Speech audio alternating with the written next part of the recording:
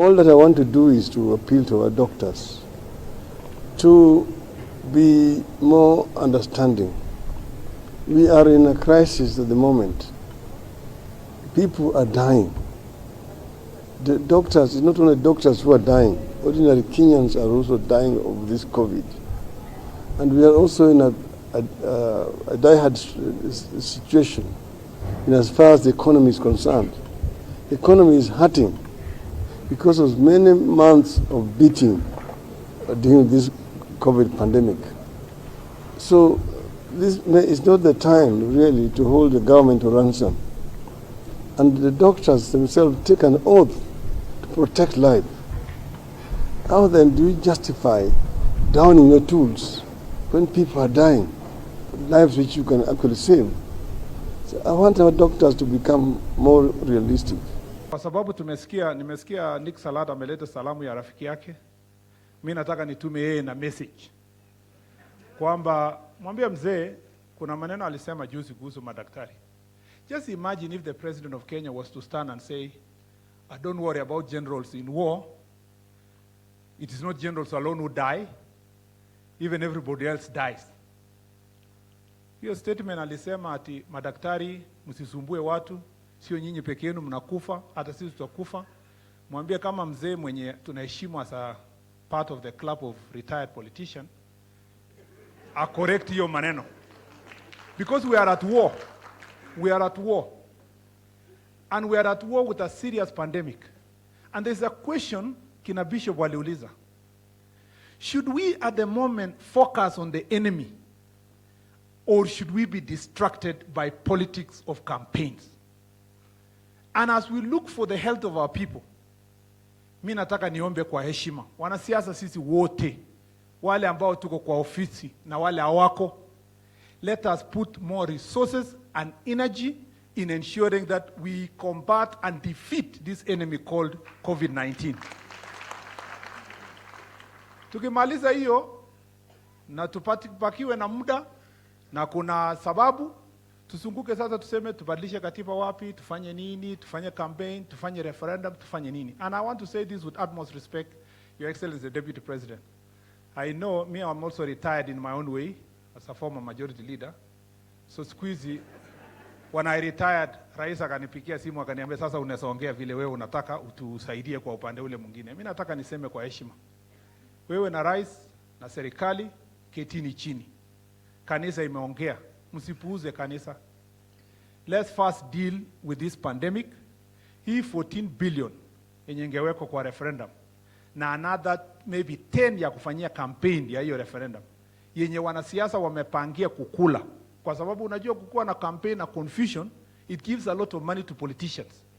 Tell the president, and when you meet in the cabinet, wananchi wa kawaida wananiambia huko nje, chukueni hiyo pesa kwanza, tumalize mambo ya universal healthcare, tuhakikishe madaktari are safe, au wananchi wako safe.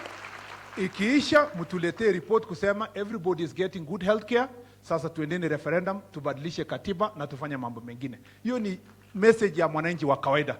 And sio mwananchi wa kawaida kutoka mimi peke yangu, hata wamemwambia Bishop mwenye yako hapa na kanisa imeongea.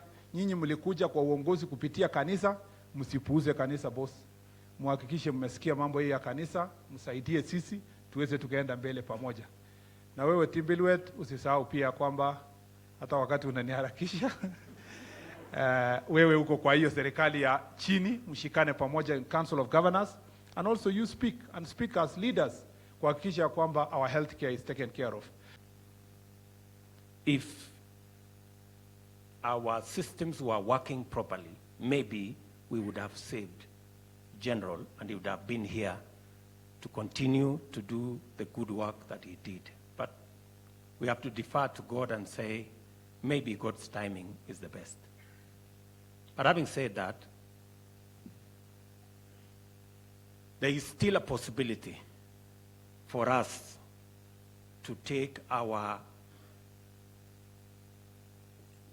life expectancy slightly higher. And that is why the President and those of us in government today had identified universal health coverage as a big component of how we can take Kenya forward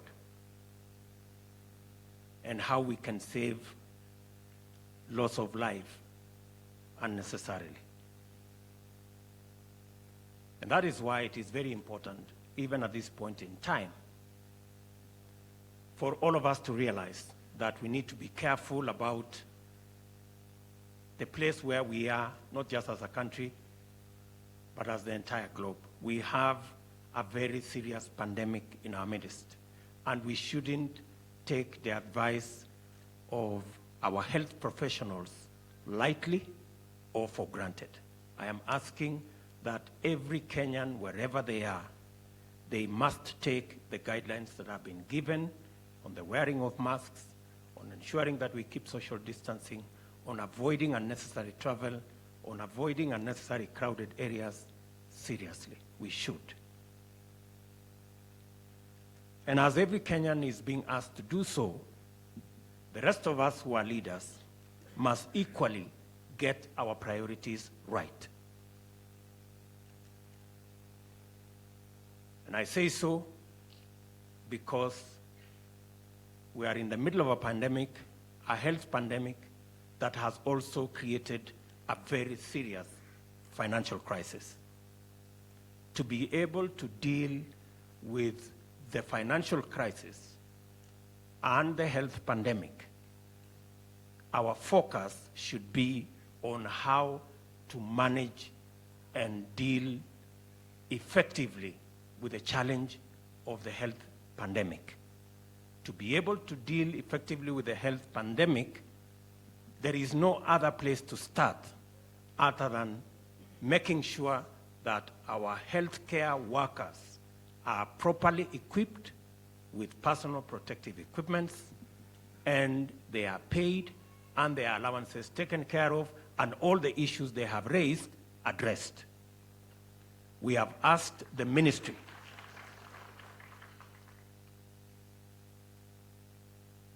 to, with immediate effect, work with the leadership of doctors, nurses, clinical officers, and all our healthcare workers so that we can address the issues they have raised as the first step and a priority step in ensuring that we deal with the health pandemic, which will give us the opportunity to also deal with the financial crisis. We must get those priorities in that order. Our healthcare workers come first, and their issues and their concerns, because they are the only frontline generals we have in dealing with the pandemic, which will then give us an opportunity to deal with the financial crisis. County governments.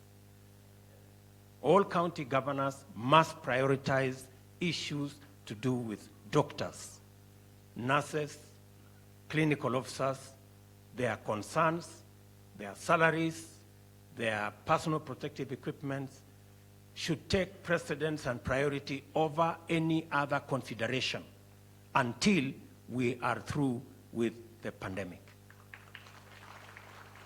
Therefore, as we ask the healthcare professionals to engage with us, they too understand where we are. And therefore, it is important at this point in time that all of us are focused in the correct priorities. Ya muhimu kwa sasa ni kuhakikisha ya kwamba yale mahitaji, maswala wa madaktari na nurses na clinical officers wanatuuliza, tunayashughulikia kwanza kabla hatujashughulikia mambo yale mengine. Kama serikali ya kitaifa tumesema ya kwamba hata ile PPEs ambazo bado ziko na shida ya investigation zitolewe wakati hata investigation inaendelea, ndio madaktari waweze kupata personal protective equipments. They can be able to take their place in making sure that Kenyans who have contracted COVID-19 are attended to as we deal with all the other issues that come with the situation we are in. Political processes so that we can find the money to address the pandemic that we are in. I think that is putting the cat